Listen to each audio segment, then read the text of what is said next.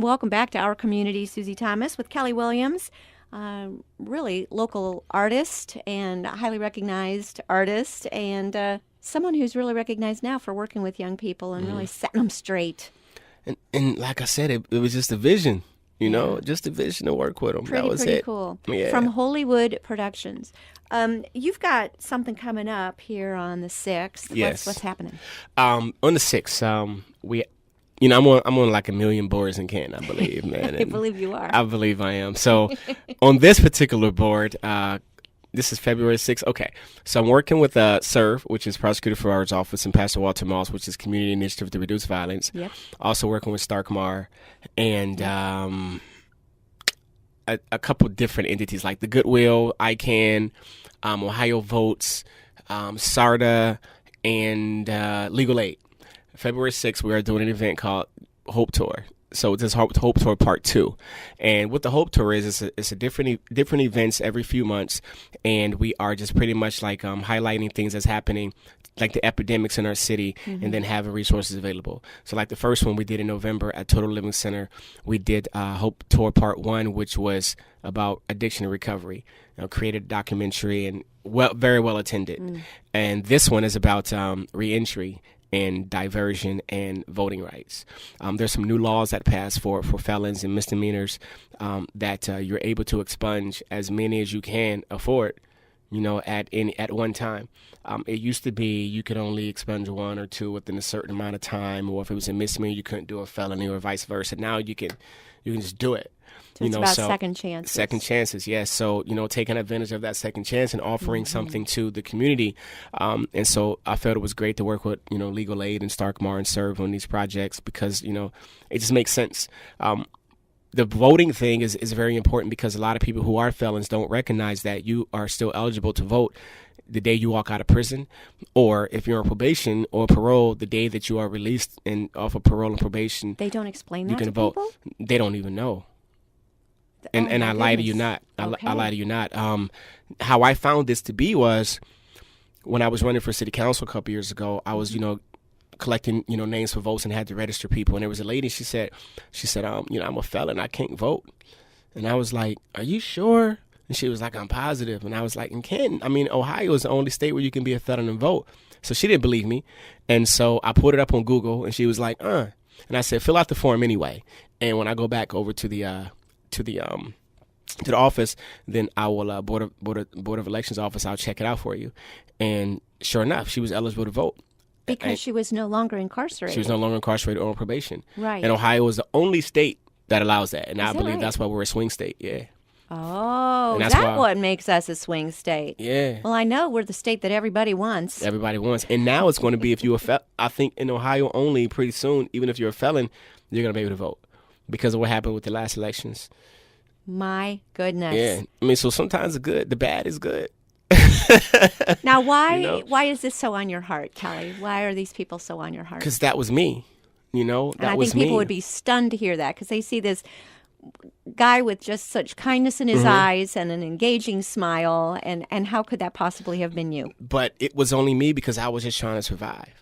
I wasn't, and that's why I recognize what these kids are going through, and even adults are going through. Even now, we still survive. Even if you have everything in the world, you're still trying to survive to something. It could be your relationship, or it could be just trying to be a greater person or whatever.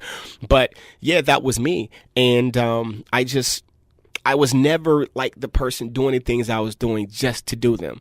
I literally had a choice to make. Either I'm going to starve or I'm going to do this, get some money, and feed myself. I'm either going to go with some shoes that don't fit because my parents don't want to buy me any shoes, and my dad feel like the ones I want is too expensive. I'm going to either do this, or I'm going to continue to get bullied and laughed at school because I'm wearing this, And so for me, it was just a balance, and I just happened to get in trouble. And even when I was incarcerated, they were like, man, I don't understand what you're doing here. I would just talk and people would listen, the way I speak was intelligent. So it wasn't like everybody else in the prison. And there's a lot of people in prison or who is not in prison, just in the community who just, hit a stumbling block. And we don't know why they did that. There's a lot of people who are in trouble, or who's got a show, we just don't know about it. It's hidden. So why don't we give other people the opportunity to get a second life and hide their mistakes too? Now let's take a look at that second chance life you're living. Now you're an upstanding citizen. My goodness, when you're recognized by the state on several different levels That's crazy. And local community just for what you're doing. And you have a home. You're head of a home. Yeah. Talk about that. How do you balance? I don't know. It's difficult at times. It might be a couple times in a week I might not see my kid before they go to sleep. I might not see them when they wake up in the morning, because they get up really early and they got to go to bed at 8:30 and the other one is at 9. And sometimes I might come in at 9:30. But the balance is wild, but they understand, They may not be happy with it all the time, but they understand. I can really just say, God just, I don't know, man. He just blessed, man. And I really just pay attention to vision. I pray about something, I have a feeling about something, and I pray about it, and I'll see it, and I'll just wait until it's the move on it.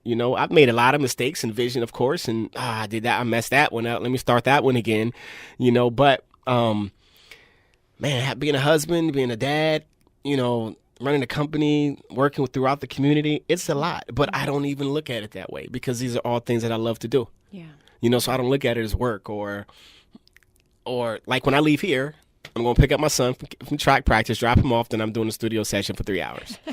And it's all fun. And that's only the mid part of the day.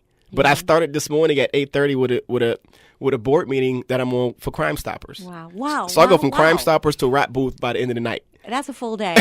And that brings you all full circle. It does. Where does faith play a part in all of this? From the very beginning. Faith is dead without work, so I put in work that I see, the visions that I see. It's impossible to please God without faith, so I have that faith just so I can make sure I please. Because He gives me the ideas, and I look at it like a smorgasbord, like, I don't want to do that one. I'll wait on that one. Oh, I want to do that one. And then it's like the tools just come, the provisions come. And then, just having faith is just so important. I had breast cancer. I don't have it anymore. I just believed it was going to be gone, and it was gone. I look at things that I do or say, and I'm like, I don't know how these things occur. Am I like alien or something? I really don't know, because some things I could do. Like yesterday, I was at a specific place, and one of the people couldn't get one of the kids under control. They was throwing stuff. They stepped on their foot. It was hiding. And I walked in the room, and I was like, hey, such and such, you need to come from back there. And they was like, why? And I said, because what if that thing falls on you? It's not going to fall. I said, what if I pushed it? You're not going to do that, Mr. Kelly, would you? I was like, but you being so mean. I don't know. I mean, anything could happen. So they come from under the thing. And I was like, you should tell them sorry, because, you might be having a bad day, but they just trying to help you. I'm sorry. And and so the staff looked at me like, how did you do that? We were trying to handle this for 45 minutes. And I was like, I don't know. I just talked to him. You have a way of being able to relate. I don't. Yeah. It's a gift, man. There's got to be. It is a gift. And it's great that you recognize that. There's a lot of trust building involved when you're working with young people, particularly young people who've been let down time and time again. Time and time again. How do you do that? I don't know. Miss Susie, I really can't tell you. I don't have a strategy. I just be me. I just have a conversation with them. Maybe it might start off like I really just kind of, I don't know. I just put myself in their shoes. I never judge them. I never, every time they see me, I'm smiling, even if I'm having a bad day. I have to put on what I need them to see to have them feel a certain way. I even have to do the same thing at home. Granted, it's at home, so you feel a little more freedom to be upset because you're at home.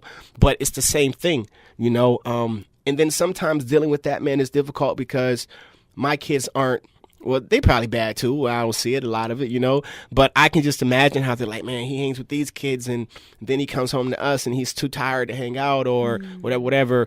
And that's not even it, because I'm like at home, I'm in my safe place and my kids know we're not having a conversation. You can come in the room anytime and talk to me.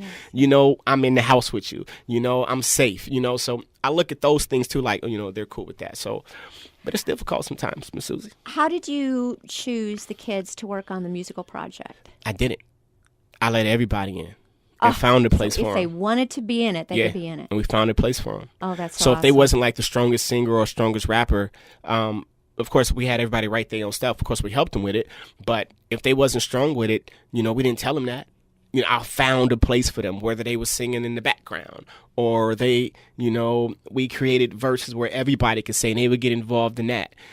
That's it. I never excluded not one kid because they didn't have the talent that I think they should have had to be a part. Their reaction to being up for a Stellar Award, are they just blown away? Yeah, and I don't think they really understand it. I think, they saw some pictures. They was like, oh, you was with Kurt Franklin, you was with this guy, and then we showed them the website, and they're like, oh, wow, there's such and such. Oh, my God. They know these artists, and like, wow, you're going to be with them. It's like, yeah, but you guys are part of that whole thing. That's right. That's why we did this. And they're like, wow, So, yeah, they're excited. They're excited. Cool. Remind us the name of this again, the name of the project. The name of the project is actually streaming, or you can purchase on any digital outlet. It is called Hey Young World. Hey Young World. Yes. And when are these awards? When will this be announced? The Stellars are in Las Vegas, March 28th and 29th. Mm-hmm. So we would probably leave on like the 26th, do a showcase or something up there, and then do the pre-show, which is the 28th, and the main show is the 29th. Well, we certainly wish you all the best with that. Thank you. And now, how do people get a copy of this, or how do we download it? Where do we find it? If you have Apple Music, you can go on Spotify and listen to it there. If you have Android, it's the same thing. You go to Spotify, listen to it, or Apple Music, Hey Young World, Tidal, Amazon, iTunes, anywhere digital music is sold. You can get it. Cool. Yeah. What's next, Kelly? I'm actually going to work on a solo project for the summer. For the spring and the summer. I got some news today about some things, and I got to prepare for it by the time we go to Las Vegas. Very, very cool. Yeah. Kelly Williams, the prodigal son. Look for him where? Everywhere. Everywhere. And he's not kidding. I'm not kidding. Thank you so much for all you do in our community. I thank you. I appreciate you having me. Thank you.